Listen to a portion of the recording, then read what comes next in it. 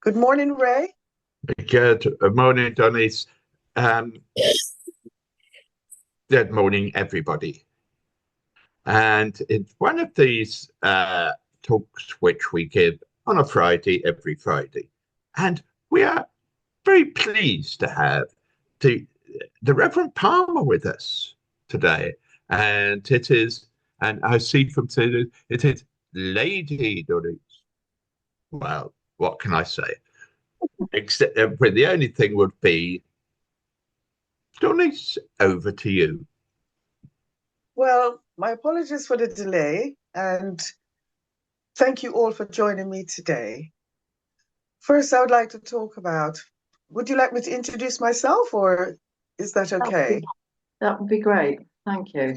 Okay, so I'm known as by many names, many titles, but I suppose who is the Reverend Dr. Dawnecia Palmer? Um, Most people might know me from the work that I do on the streets, which is a very visible work. It's called the Peacemakers, Prayer, and City Safety Patrol. And so that's what I'll be talking about today. My own home church is called LU, Life Church. The LU actually stands for Life University. So it's Life University, Life Church. And I'm sort of the matriarch and founder of that branch of the church. Um, I'm going to start by talking about peacemakers and how did that come about and why I think I'd like to talk about that today and how would it affect or could affect your life or you be interested in it and why people should be interested in it. Peacemakers started back in 2002. 2002, there was a lot of things going on in the world, but in particular in Bristol. Bristol was then known, especially one area in St. Paul's, namely St. Paul's, for gangs and drugs and gang violence. It was very, oh my goodness, it was terrible. And so I was on a trip, you see, to France. I'd been invited there to preach, and I was coming back. And coming back, just going down the aisle, I saw just glimpse somebody's newspaper, and the heading was Bristol. So immediately, your eyes turned to that, and it said Bristol, the worst city in Europe for drugs, gangs, and violence. So I immediately, you can't stop and just look at somebody's newspaper. But I went back to my seat and I was perturbed. I thought, what is going on? Now, this was back in the end of 2001, coming into 2002. And indeed, we all know, if we are living in Bristol, that St. Paul's, there were some bad things going on down there. There was always things like prostitution and drug taking. But in those recent years leading up to it, there had been a gang, namely called the Yarda Gang, that was responsible for a lot of the crime. I'm not saying they were the only crimesters, but was involved in a lot of crime. And by the way, if you need to stop me at any time, you can to ask question. So it was pertinent to me seeing that Bristol, I'm a vicar. I was almost egoistic wearing my badge, the Reverend, and it had the Bristol because the conference there were people who probably were nearsighted. So where we came from, the countries we came from, was in bold. And there I was walking from my seat down to the loo and back when I noted this, and it said Bristol. I quickly took my label off that says Bristol. And when I got back here, it really bothered me that we were a church. I thought we were a praying church. We were actually called a praying church. We had so many prayer meetings per week, praying about various things. We as churches or people, religious or not, we pray in our different ways for our own safety, for care. But when I saw that, it bothered me so much because here we were praying, and my city, especially an area I lived at the time in Emerson Green. So I wasn't, my church was in Fishponds, and I wasn't really thinking about St. Paul's at all, except, in general, Lord, we bless the people of Bristol, and they were included. But I thought we had to do something. My heart was moved. My heart was moved because if I was so much part of praying for Bristol and I didn't realize that we had gotten to that stage and taken it up, what could I do? So I set about in deep prayer and fasting for like 3 days. And the idea came to me. I could say God spoke, but the idea came to me that something had to be done. And so I did a rounded, I called, sent something out to churches, not just the Christian churches, or in, I should say, the denomination that we mix with, but a wide field, to ask people, we have to do something about it. Let's pray. What can we do? Because something was happening. And what I noted and what came to me was that we weren't on the street.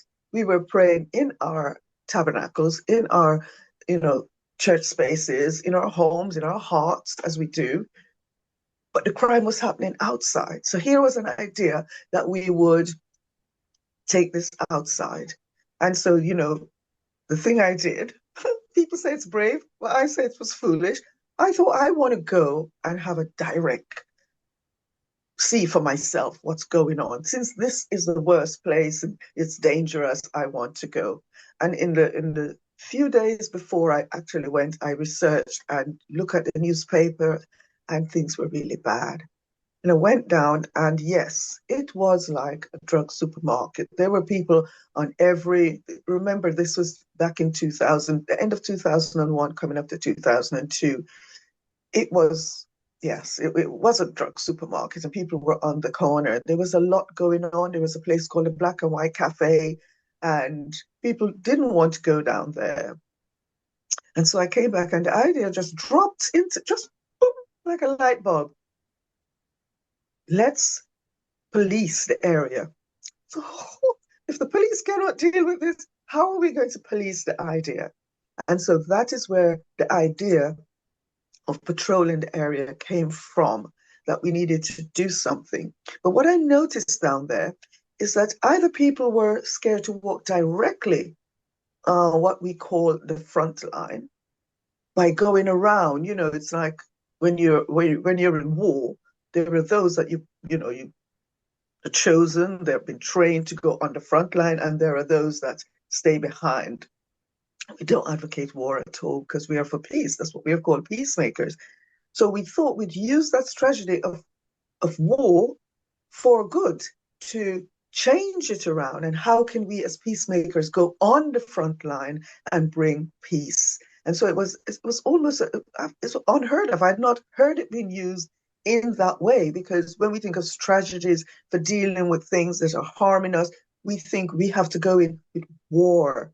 But, like the Mahatma Gandhi says, we can do things with nonviolence. We can do things peacefully.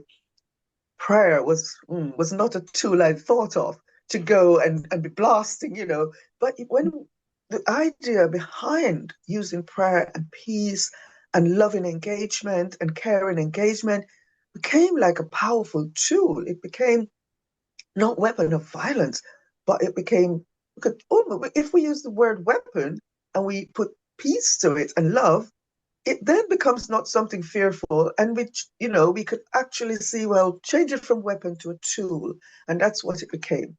Well, if anyone know me as a minister or even as a person, I tend to try to be what I say, rather than hear what I say and don't do it. I try to do it so that what I'm saying and what I'm doing tie up. So I thought, how are we going to do this? We need to, because the police are involved, we're going to go down there. We need to contact them. At the time, I was not political, I should say, but I had an office within Bristol City Council for bringing, various nationalities together, looking at their needs. So we had created something called a race forum.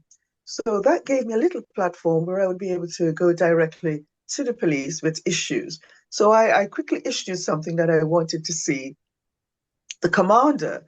And what? His diary is full. I said, this is really urgent. This concerns St. Paul's. Immediately I was given a viewing. And I had nothing written. It wasn't, this great big point to go to objectives. It was literally out of a heart. And I call it the heart of God for the people. This deep concern that's, let's try this. So immediately, very soon, a date was set. I should say the next day, basically. And I went simply on faith.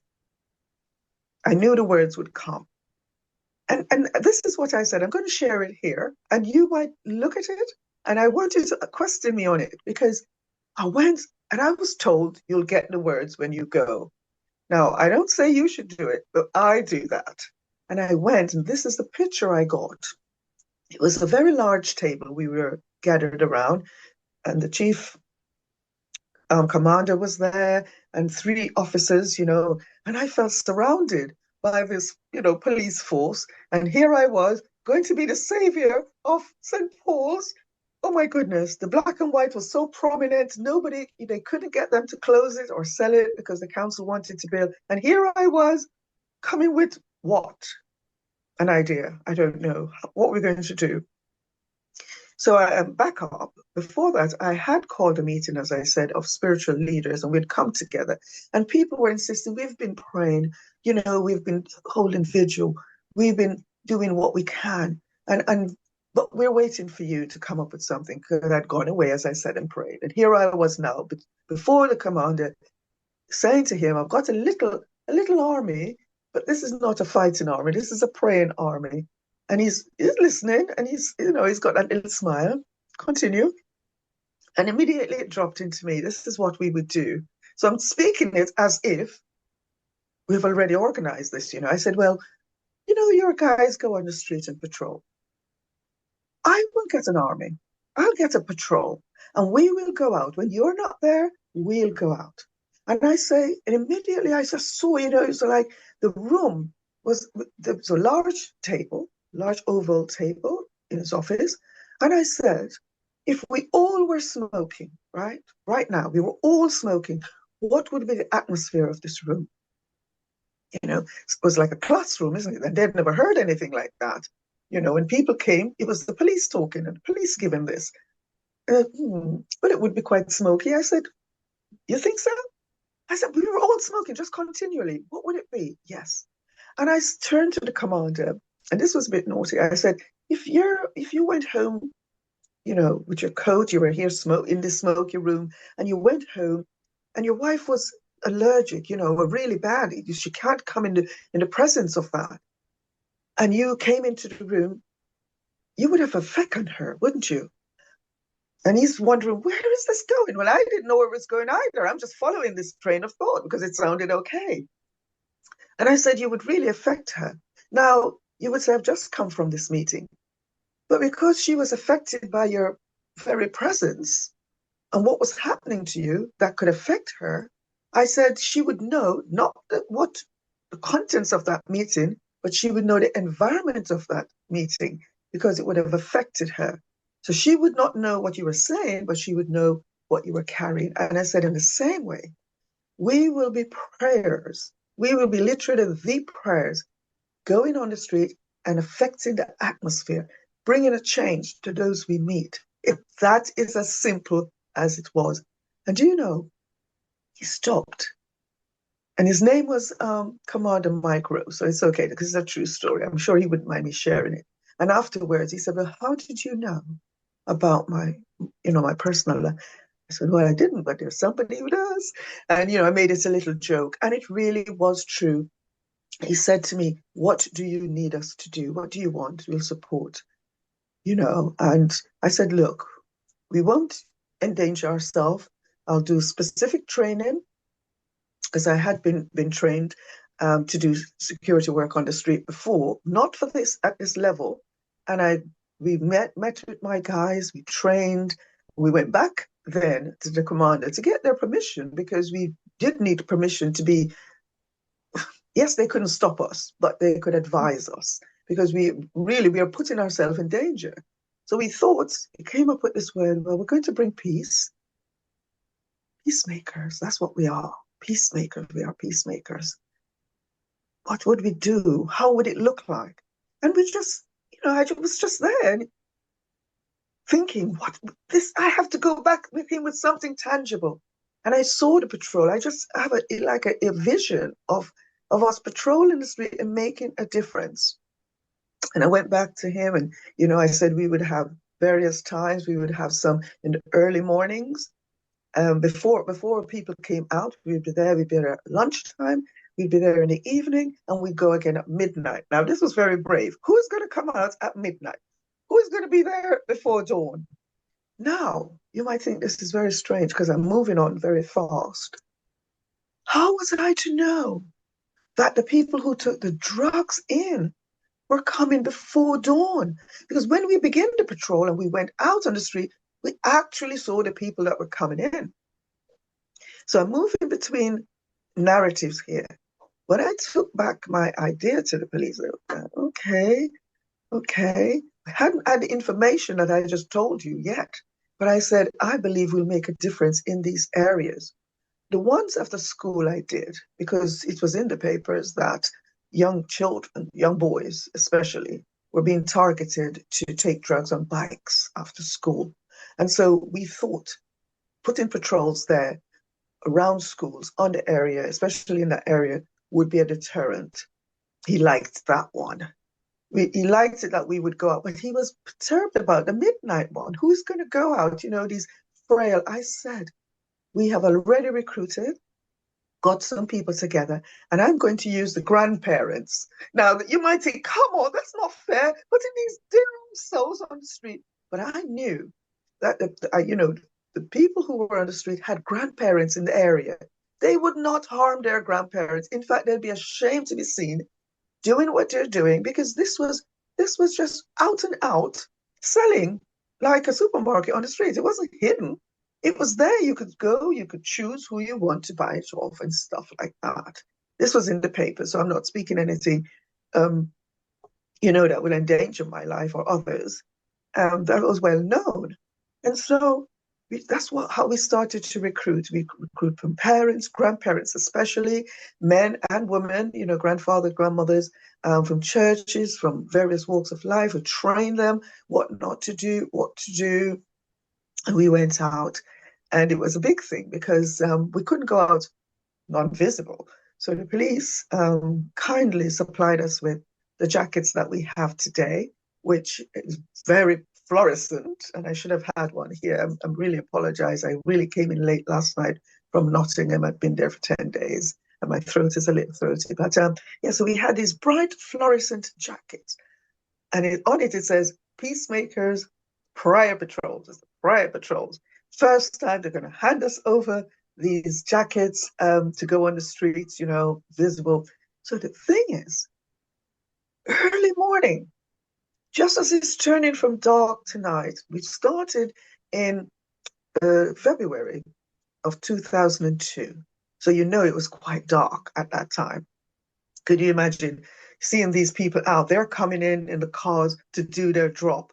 And we are there. We look like the police. So what you would see, and this is so funny, this is true, you would see cars coming in. Now, to really get it, because I do exaggerate, but this is no exaggeration. When you see a bird coming down and then something happens and it just goes and swoop up. Well, here was these cars and they were coming in and they were and going around because they thought the police were out in force. We started off and we used to go out in eights, groups of 8 on that side, 8, and we were all wearing our jackets. People didn't know what was going on. And they would come in. And so in the early morning, it was very effective. This was before dawn. And, I'm so grateful for those and many of those who started with us, unfortunately. We celebrated our 22-year, 2 years ago, and we actually called them veterans because some were still there, some weren't able to go out with us because these people started off in their 60s, 70s, and they were with us for quite a long time. And unfortunately, as I said, quite a lot have passed. But what wonderful thing that they actually gave themselves in their retirement to do something like that, to have hope.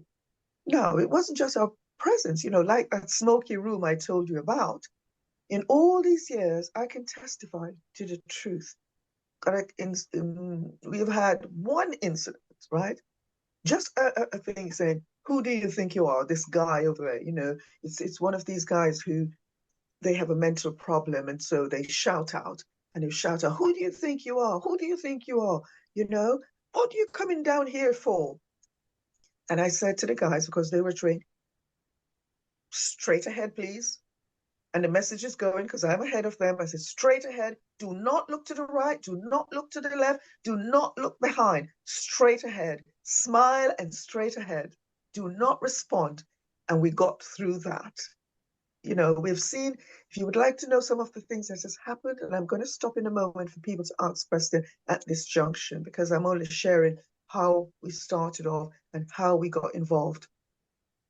And one incident that I want to share, she's passed now, but we always talk about it. And her name is Pitta, Mrs. Pitta. The first name it eludes me right now because it's so unusual.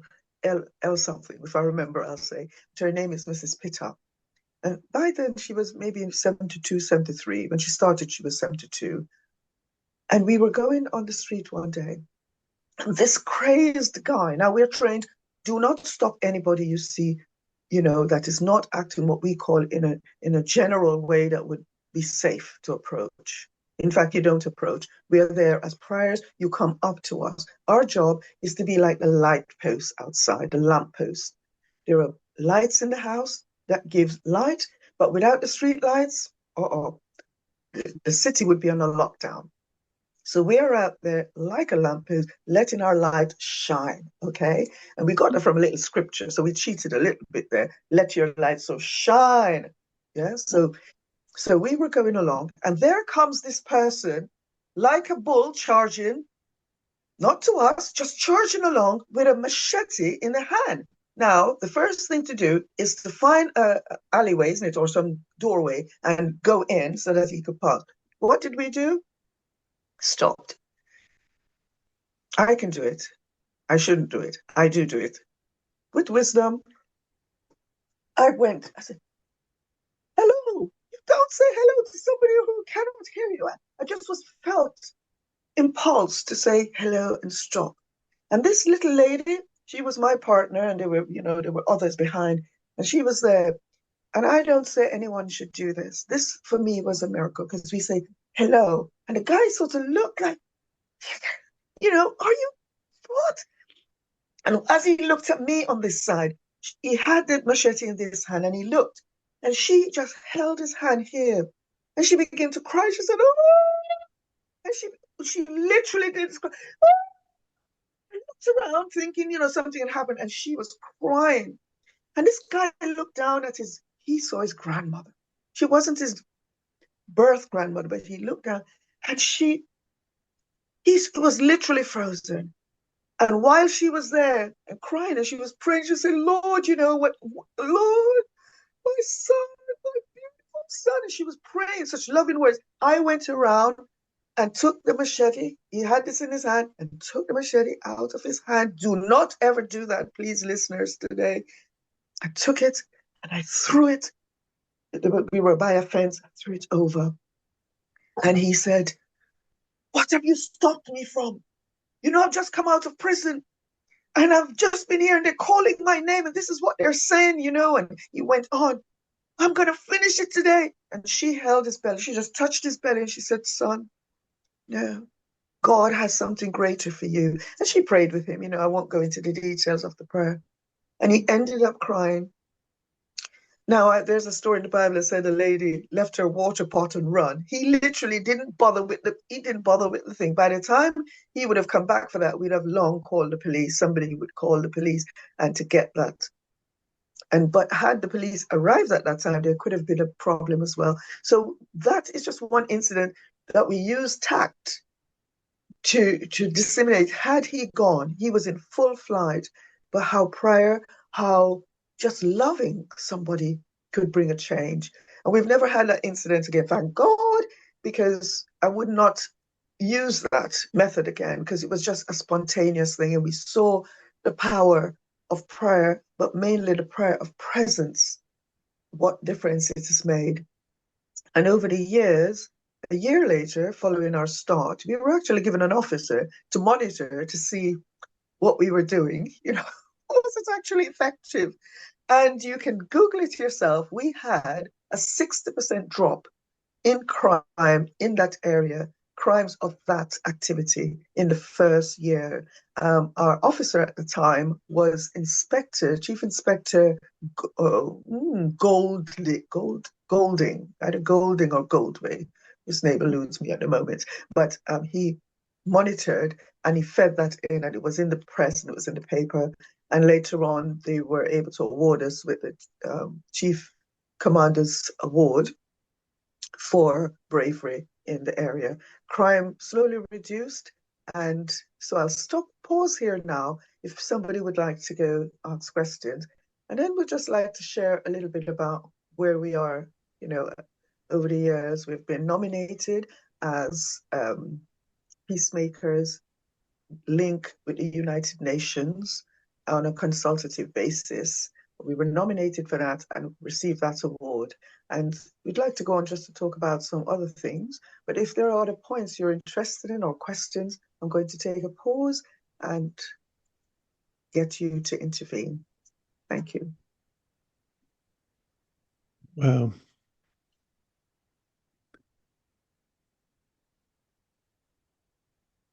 I remember I used to work with severe problem children, and I always remember one grandmother coming up to this lad who visited him, but he was behaving rather aggressively.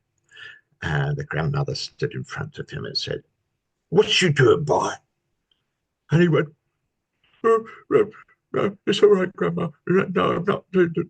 And she had him virtually in the palm of her hand with a kind of, "Hey, what's the problem?" But I was always impressed by that. As you say, the power of the grandmothers can be pretty effective. Wonderful. And tell somebody what to do differently. So the person who held the machete wielding man was telling him something alternative. God has plans for you. There is a role for you. And that's important. I think that's wonderful. Just so exciting. I think that gives you faith.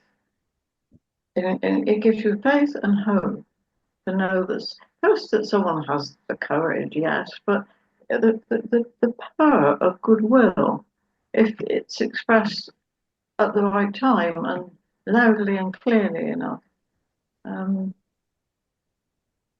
I think that's a most exciting story. Brilliant. It's a wonderful story, Dawnecia. Thank you so much. I moved to Bristol in about 2007 or 8, and I happened to need to get from Temple Meads to St. Werburgh's, and I asked someone directions, and they said, "Oh, you can't get there from here. You'd have to go through St. Paul's." And I sort of realized that, and I walked through St. Paul's and it wasn't a problem. I was offered drugs at a street corner and I politely declined.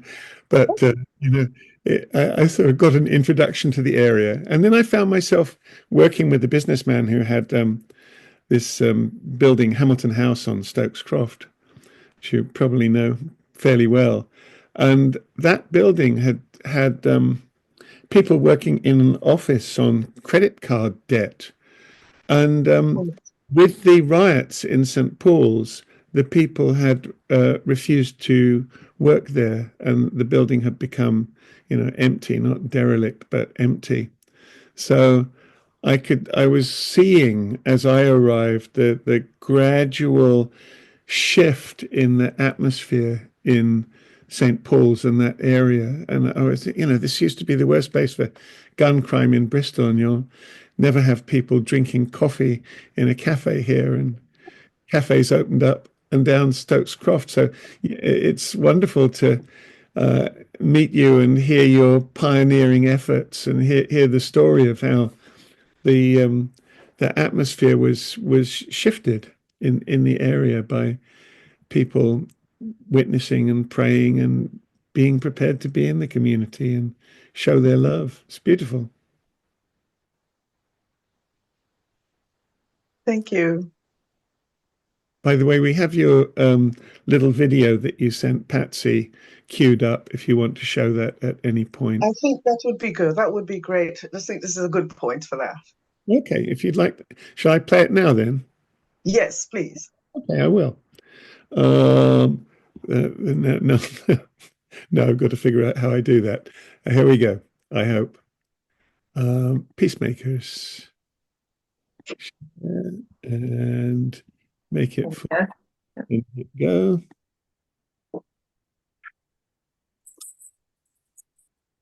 Sound.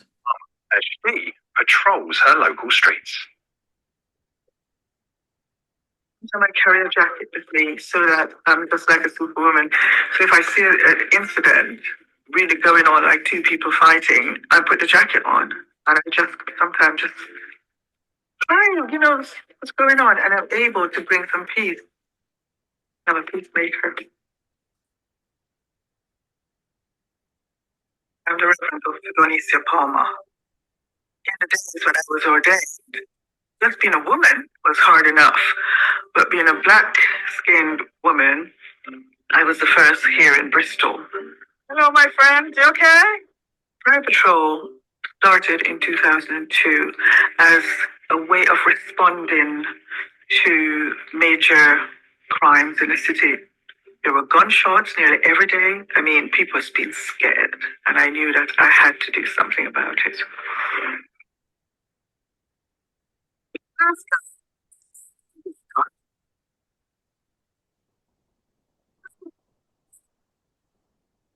He was Sound. me. You're the first person from church that's come out and talked to us.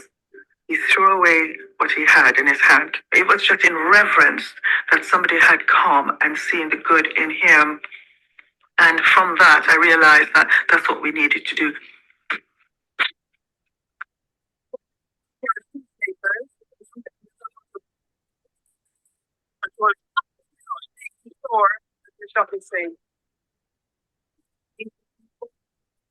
People will listen to people that build trust. You need any prayer for anything today? Those people might be having housing issues. So because we have representatives from our team within the housing of Bristol City Council, we're able to direct them that way. Where some people are homeless, we're able to deal with those issues. So we just want to give thanks today that we can come on this spot. There is no drug dealing going on. Those who are heavily, say for instance, on drugs, we go with them through the recovery process by getting them into different organizations as well. When we first started, we were given an officer to monitor us for 3 months, and crime was reduced 60%. And then over time, we sustained 55% reduction in crime in the areas we patrolled. You feel from the start of moving here? It's wonderful to see the change that is taking place. We now have patrols over in Ghana, we have patrols in America, we have patrols in Jamaica. I'm full of joy, bursting out, elated that we are still here 20 years. Just feel blessed that I was able to be a vessel to help somebody along the way.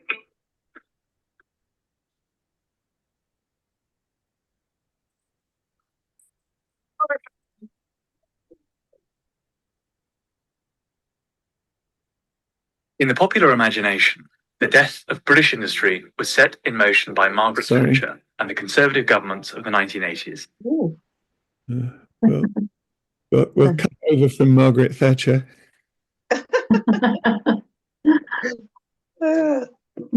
So that's amazing, just to see that clip and see the effect that your simple thought from reading a headline on a was it a plane flight or a train you were Yes, a flight from France back home. Yeah, what a story. Yes. What a privilege to hear the story too. Thank you. So do I have a couple more minutes just to As many as you like. We started late, and we interrupted your rest coming back from Nottingham, and it's great. No, I So was not in any rest actually. I was just trying to finish something so I could get on, and it just went over. And so I was actually very happy when the call came. Oh my goodness! And I hadn't realized that the half an hour had gone when I'd said I must finish here. I'd gone right over. So thank you so much for your patience. And so from where we are and seeing the video, we're sort of up to date on what has happened in Bristol. But I needed to say the great thing about Patrol. Oh, thank you so much, Hattie. Thank you.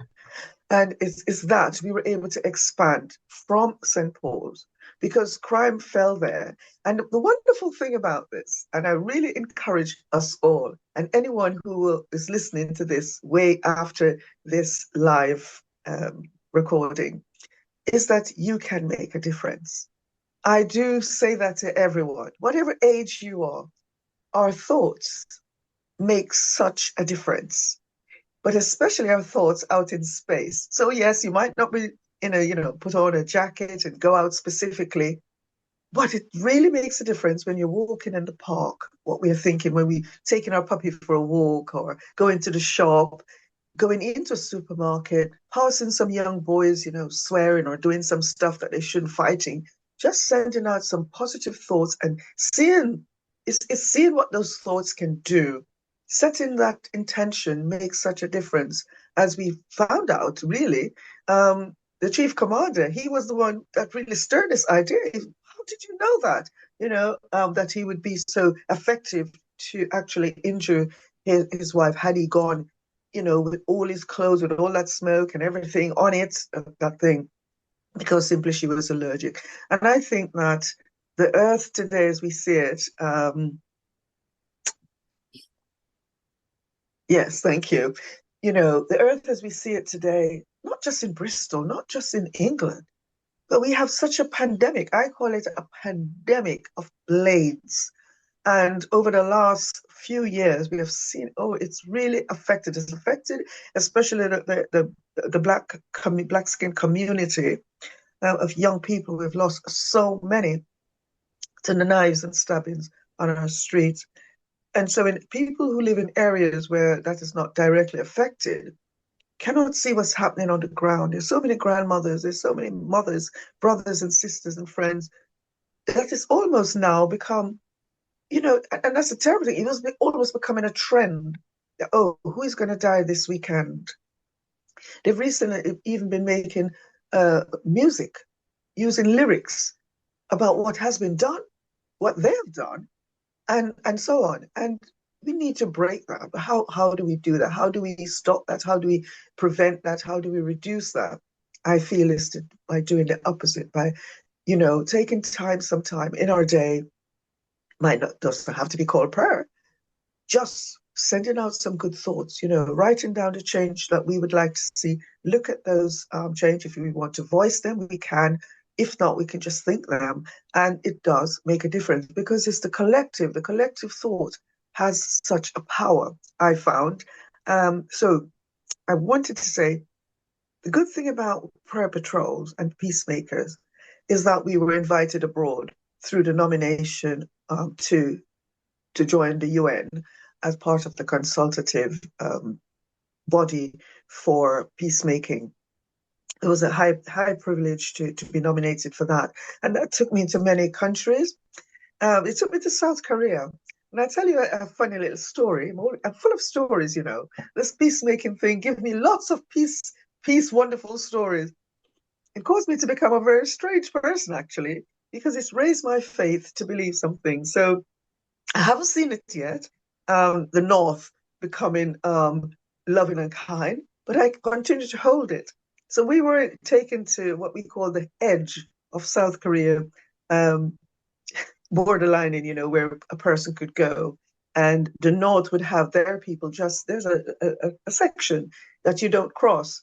And so I thought, well, I'm a peacemaker. I'm wondering what would happen if I just, just put my foot, just one leg, just my toe, just my boots, just, slightly on that red line. Well, I quickly heard chung chung chung chung chung. Those were all guns, lined up. So I quickly pulled the toe over. But the toe had an intention when it went there. Oh, that there would be peace in North Korea and for the rest of the world and South Korea. I know that was a big ask, but I did it. And, we keep looking and keep hoping. It's taken me to many countries, to Japan, it's taken me into Italy, it's taken me to Jamaica, other parts of the world. Talking about going to Jamaica, my last trip to Jamaica was last year. A woman and her baby was burnt, and so burnt that they could not recognize who it was. They thought it was, and they had to send the remains or the dust, the ashes, whatever it was, to America to verify that this was so. And I was called to pray in the area where this took place. Now a part of what we do is to go where innocent blood was shed and to do a prayer we call redeeming soul. And we don't just pray for the person that died. We pray that no more would, that this would be almost like on behalf of that person saying, please do not let this happen to somebody else. So we use those prayers as well as part of prayer patrol and what we do.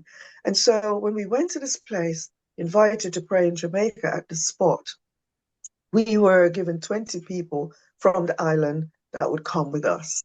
Well, there was terrible things happening before we went. Remember, this was last year. And so the people who were to come with us there got very scared. And the people who was to come with me got scared too. They said, well, we can't injure ourselves, because this is serious. This is serious, what had happened. And so it was just a few of us that was able to go up on this mountain called the Warwicker Hill. And it's known in that area. Nobody goes into that area. A lot of gangs, and these are violent, very poor. And yeah. And we went there. And I'm telling you, I stood out. I was trying to hide, but being a black skin and blonde hair, you're not going to really be hidden, in a bright fluorescent jacket. You weren't hidden.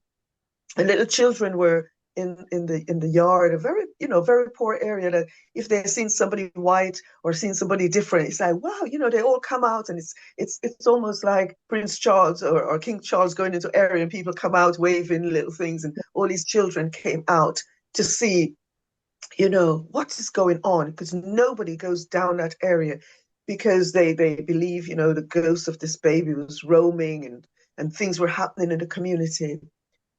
And we were going there to bring peace. And it was for the first time. And so I'm admitting for the first time publicly, for the first time, I felt this element of hopelessness, as it were. What can you do? A 10-month-year-old baby, innocent baby, was murdered by knife, stabbings. The mother was shot, the baby was shot multiple times.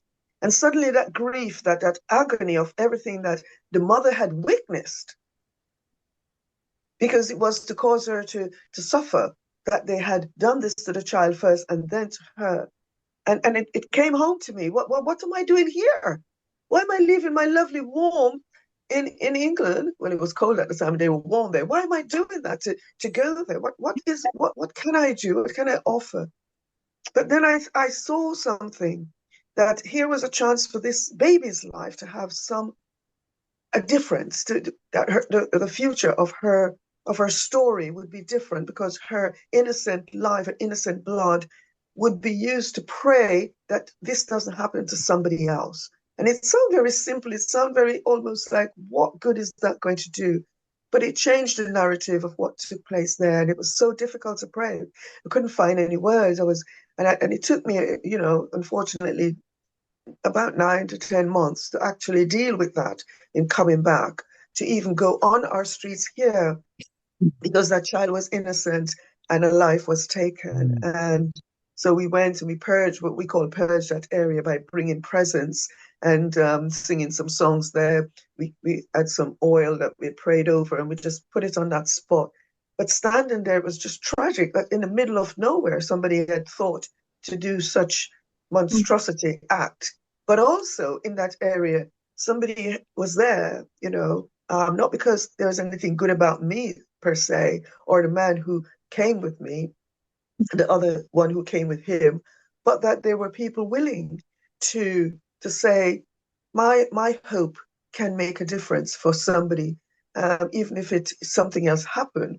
We can say there was hope, and we haven't heard anything happening. I keep checking of that sort in that area. Things continue to happen, of course, in other areas. But it takes us going to different areas to make a difference. And we certainly did that in Jamaica. The first time we went there, we went with a brilliant idea that we would go to a place called Emancipation Park to speak emancipation in Kingston. And we went from Emancipation Square in the old area of Kingston that was liberated, it was colonized by our country and later on liberated, and people took it over, and they built a new area called Emancipation Park. So we went from Emancipation Square, and we thought that our presence and prayer would change the history of what had happened there. And then we would take those prayers. And what was amazing, I wish I could have had that video to send to you. There was policemen in police clothes praying. Wow. There were people in their army clothes praying. And I'd met, the Governor General. I'd met their what they call Home Secretary. There's a little different here. And, all the main people had come out. They've never heard of such a thing. How they just needed a change. And, for the first time in history, now here goes a little story again. I hope I'm not going on too long, but this is very, very interesting.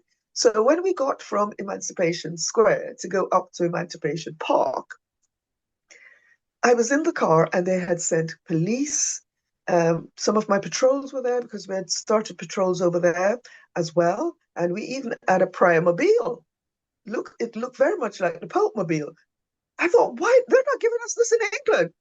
What? Guys, they had a prayer mobile. Anyway, they sent these wonderful, large, big limousine, and on the front was, because I was from England, they had an English flag and they had the Jamaican flag. And, we had our prayer banner. And for one moment, yes, I'm going to be transparent. For one moment, I felt, oh, look at this. And I just heard it in my spirit. This is not for you. This is for prayers. So I quickly put back in my place. And I just smiled as I sat back in the back of that limo. And I thought, look at that. Prayer from England is having an effect in Jamaica. They're transporting prayer from one place to the next. And I thought, who would have thought such a thing? We got to Emancipation Park, and of course we did our thing, and people were there waving banners and praying. It was a big party of just the idea that change could come. But as you know, years that took place in 2010, I think that was, but since led up to 2023, what I told you that happened. So there were still things going on, and there's still need for peacemakers on the street making a difference. We go into schools, not as often as we would like, because prior patrol, unfortunately, the patrols we're wanting people. Anybody watching this and want to be a patroller in your area, just, let us know. And you can do that by going to our website, www.peacemakersprivatepatrol.com, and there will be contact us place there, or they can go directly to peacemakersprivatepatrol@gmail.com, because we are looking for people, and we do it different these days. We do it by sending our prayers online on the site and asking for people to share, if they see something in an area or want us to go into an area, and people can join us for half an hour. If you think, well, I just want to go, I just want to come out and see what it's like, that's great as well. Or I want to stay in and be part of that. And during the time you're there, I'll just hold vigil in thought. We need that, because without the people, which I forgot to mention, that we actually have behind the scenes people that are praying, and they are the strength really that give us the strength, knowing if something happened, we quickly we always take our mobile. We do not take money out with us. So that's the main thing that keeps us safe. If somebody comes to us and asks us, there are beggars on the streets and we want to bless them, but we cannot take money because that put in danger our life. Because if people know we are giving money, we might open our purse and they see dollars in there and we're giving them pennies, they could easily well say, oh, So we ask people, no bags. That's why you never see us carrying a handbag. We carry something around our shoulder. It's got a pen and a paper to take notes, and our phones. We always take our phones. We've been criticized for not doing actual prayers, but we are the prayers. We are prayed up. We pray before we go, and we say that we are the prayer on legs. So our presence is actually doing the praying rather than, in a religious setting where we actually, pray. So we do, but we do love from our hearts and carry that. And we've been going in many, many countries, many situations, clubs. We've gone into nightclubs. Yes, wearing our leathers and collars, and we go in there, and it's amazing. I don't like it really because we spoil the party, because instead of people dancing and being themselves, they come over and say, are you real? Because they think that we are like like a costume. And they said, oh, we had one of those, or could we have one of these? And we said, oh no, we don't. They said, are you real? And you get an opportunity, and they say, what do you do and why do you do it? And we're able to share, even in the nightclubs. We go on the street late at night. The midnight patrol it was one of my joy, because you meet people. I always say most good people are in bed before 12 o'clock, And so when we are out on the street, you find people who probably have no home or doing things that they shouldn't be doing on the streets at that time. But they think they're getting away with it in the daytime. But here we are in the night, we're here. And we found that we've been able to be effective. And one guy even said, in the rain, he said, why do you do this? Why are you doing this? And we said, because we love people, and there's hope. If you're out here, that means we should be out here. And we've found such joy over the years. I think I'll pause here. I think I could finish here, unless you wanted to have some other questions that you want to ask.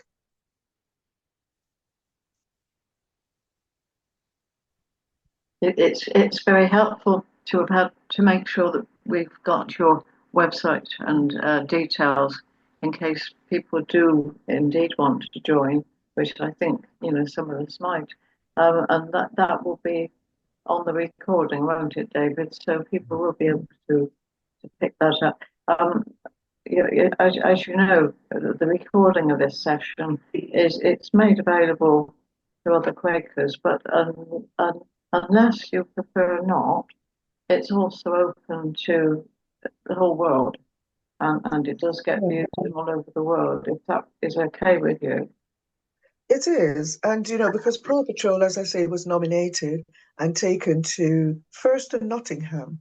There was a 14-year-old girl that was stabbed a year after we started, and the newspaper knew how effective it was here. And they did. The Evening Post followed us everywhere. They were ringing up for stories every day. There was something happening. Instead of bad news, suddenly there were good news. And they brought the pastor down from Nottingham to Bristol to see us working on the streets, to ask for ideas. And we were then invited to go up. It's the best patrol I've ever seen. Our guys went up there and they came out. I mean, it's amazing. They came out with trucks, like a floats on the street, with drums, banners, parades, that this new thing was going to come to Nottingham because a 14-year-old girl was shot. in the back after a goose fair where young people had gone, and suddenly there was terror. Can't you even send your children to a goose fair? And we went there, and we were along I think it's called Robin Hood Chase, the chase, and it was terrible in those days. There were gangs along the chase. I went back last year to do more patrol train in Nottingham, and the chase is dead. I thought, no, we don't want to kill areas. We want areas to come alive, like St. Paul's.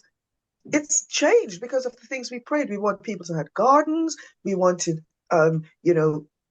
housing, different type of housing. We wanted, but the main thing we prayed was a community center and somewhere that people could go and build themselves up and get physically strong.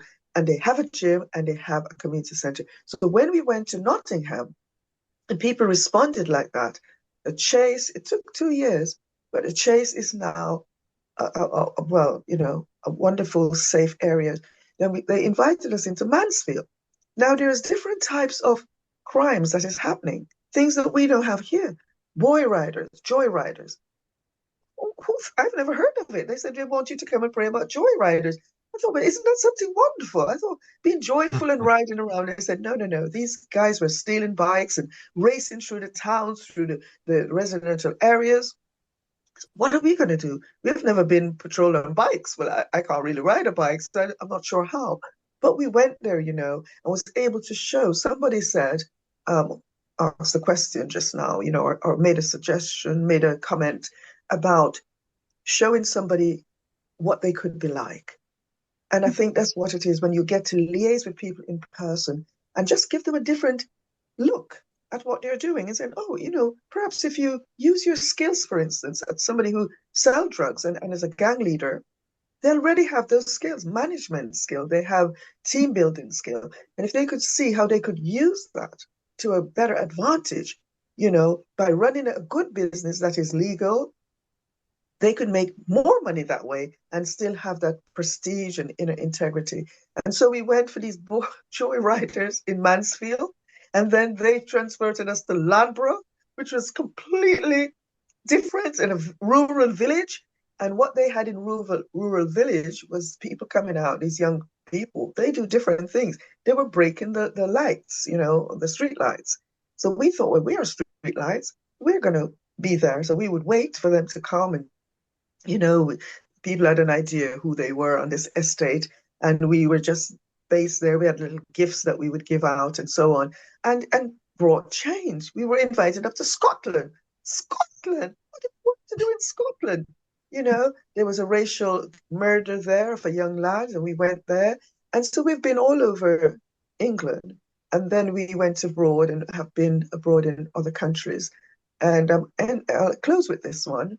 When I went to Israel, which I felt was the biggest challenge, because this has been going back since biblical times, and so much has been done. I know the Quakers, for instance, I love the work and I love the vision, the ethos behind the Quakers, and how their vision for a peaceful world and just how they are on the inside.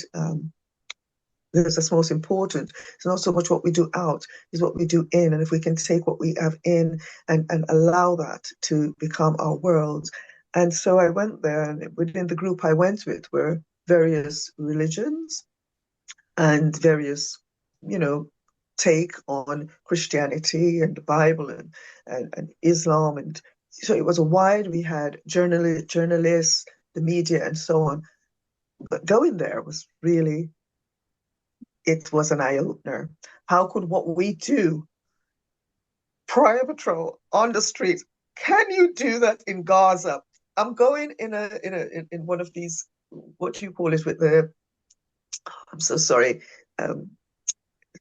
with the long gun on the front. We're in there because I want to have an experience of what it's like for the soldiers to be in danger, because I am the chief commissioner of, the prior force of peacemakers. So yes, I want to be in this tank. It's weird. No, I would not put any of my patrols there. I just wanted to. And we were on our way to Gaza when we heard that shelling took place there, and we had to turn back. Do not ever be in a tank. No, it was scary. And so what could we do to be effective in a situation like this? You think it's hopeless. We've been praying, we've been hoping, we've been marching. We can chip away little at a time.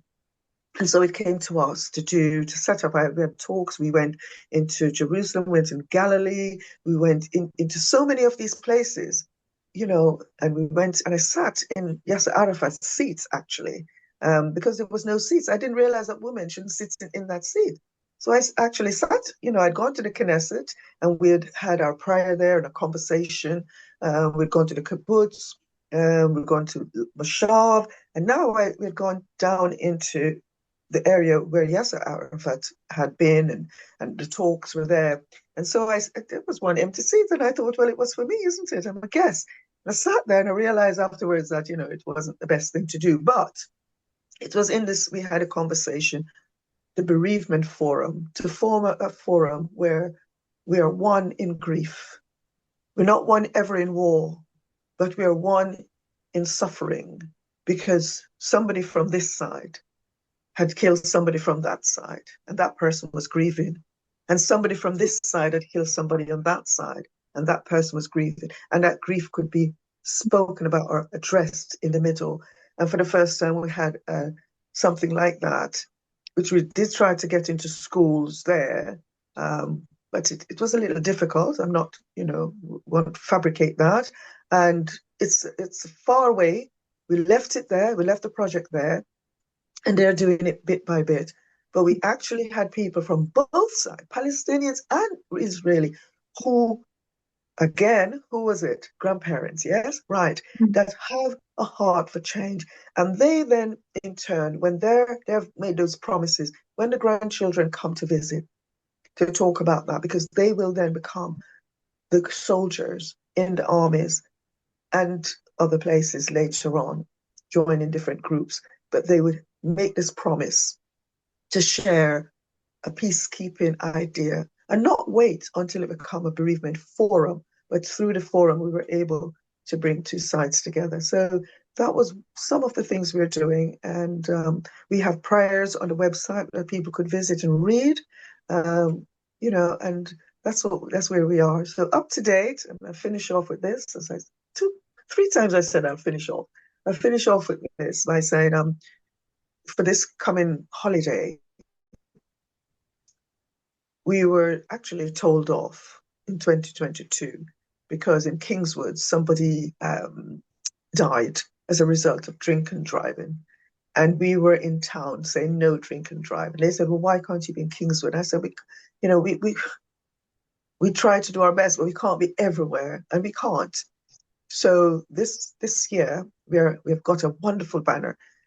It's not where I could bring it today, but I would love to show you. And it's going to be up. It's going to be launched next week, actually.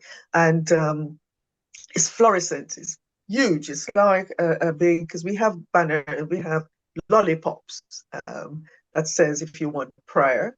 And we have one that says, no drink and drive. And just to remind people, people make the joke about it. So can I have not even orange juice, and things like that, but it's a sign and it's a conversation piece carrying our lollipops, say no drink and drive. And we're really driving that this year because this was stemmed off from a family because the guy lost his life, his wife and his children as a result of somebody drinking and driving. So we want to be a reminder. So we'll be taking our signs to various stop places along motorways, along highways, just standing there by the traffic lights as a reminder, and going downtown in the drinking area, just as an idea of on what can they do. So when we have a conversation, so are you saying we mustn't drink? No, we're saying don't drink and drive. If you have to drive, get someone who can drive you home, or take a taxi, take a Uber, and so on. So we're doing things like that. And lastly, we have this big sign, you see, that I'm talking about, and it's saying no more lives, no more knives. It's huge, it's fluorescent, it's one of our biggest, it's really big, and it's going to stand out. We're going to take the three. So the first one is quite a bit, normal size lollipop, and somebody will be carrying that. So even though we never speak, we're not preachers, we're not preaching out on the street, this will carry a message. If you would like prayer, we're here. And the other will say no drink and drive. And then this one will say, you know, no more knives on the street. So that's where we are at the moment, trying to be visible and trying to do our you know, to benefit the world with some good. Thank you for listening. Thank you. Does anybody have any questions? Do anybody have any questions?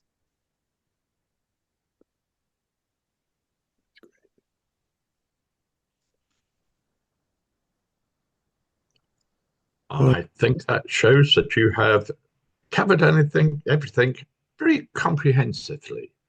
Thank you. If we, I think I can safely say from my other fellow Quakers here that we totally admire what you're doing, and the passion has come across that you really believe it and you really have taken to heart these type of things that you do, and you're not saying I am an amazing person, a composer, or a lot. What you're saying is that this is what I believe, and this, I think, is what Quakers would echo enormously. It is not us, it is the spirit, it is the God in us which says, do this, friend, this might be a good idea. And brilliant. So joyful and positive. Thank you, Dawnecia. Thank you very much. You're welcome. Thank you. Thank you, friends. And Angela? You're muted. You're muted, Angela. Oh, and now you're gone. Well. Right then, friends. I think it is time we all wander off for a lunch. Thank you. Again, thank you very much. Thank you very much indeed. Thank you. We will see friends again. All right. Bye, everybody. And thank you, Dylan. Thank you.